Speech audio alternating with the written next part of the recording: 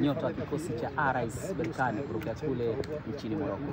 Sijui maumbo na nyuso zao zitakuwa za tafsiri nini kwa kile kinachoonekana na kile wanachokiamini kwenye mioyo yao, lakini tunachoamini ni kwamba maandalizi yao kuelekea fainali ya kombe la shirikisho barani Afrika, licha ya yote, hapa wanakwenda kuhitimisha yale mazoezi ya kikanuni.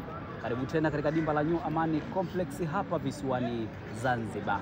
Hawa hapa wawakilishi wa nchi ya Morocco wako hapa tena kumenyana dhidi ya wawakilishi wa Jamhuri ya Muungano wa Tanzania, Lunyasi, wekundu wa Msimbazi Simba.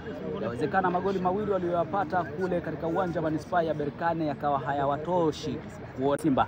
Mchezo unaotaraji kuchezwa majira ya saa 10 za jioni kwa saa za Afrika Mashariki hapa katika dimba la New Amani Complex kesho Mei 25 mwaka 2025. Kabla ya kuanza kwa mazoezi ni wakati wa shura. Tunaita shura ama kikao kidogo wakijadili kuona namna gani ambavyo kama si dua basi ni mjadala mdogo wa kutafsiri kile wanachokwenda kukutana nacho. Wao wenyewe wanajua Simba waliokutana nayo Morocco pengine itakuwa tofauti zaidi na Simba watakayokutana nayo hapo kesho. Na hii ni kwa sababu kocha Falrahman Davis, yeye kiongozi mkuu wa benchi la ufundi la kikosi cha wekundu wa Msimbazi Simba, aliwaambia rasmi kwamba hawajutii kutokupata goli, bali hawa mabwana wanapaswa kuyuta kwa nini hawakupata goli la tatu. Tafsiri ya kauli hiyo itakwenda kuonekana hapo kesho katika dimba hili la New Amani Complex. Usisahau kwamba Lunyasi mpaka wanaingia katika hatua ya fainali, goli la Jean Shazia huwa katika uwanja huu ndio ambao liliwapeleka fainali. Sasa wako hapa tena kwenye kampeni si ya kusonga mbele bali ya kuhitimisha mashindano, na hitimisho lenyewe ni la kuona namna gani ambavyo wanabakisha kombe katika ardhi ya Jamhuri ya Muungano wa Tanzania.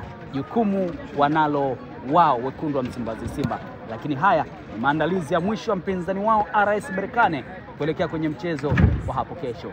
Karibu mtazamaji wa Ayoma Media kushuhudia mazoezi ya kikosi cha RS Berkane kuelekea kwenye mchezo fainali ya mwisho wa kombe la shirikisho barani Afrika. Sauti inayosikika ni sauti ya kifalme, naitwa King Alhaji Zuberi Mputa. Kwa niaba ya timu nzima ya Ayoma TV tuko hapa kuletea taarifa, ripoti, habari na matukio yote kuelekea kwenye mchezo huo kabla na baada ya mtanange huo unaotaraji kuanza kesho majira ya saa 10 alasiri kwa saa za Afrika Mashariki.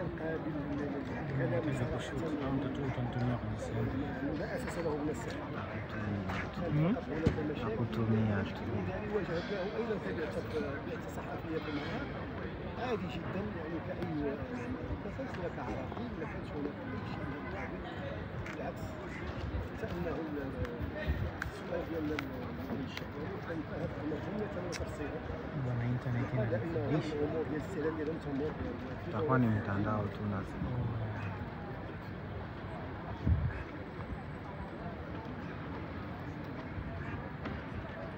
kamera dakika zetu 15 anazitumia kwa kukimbia.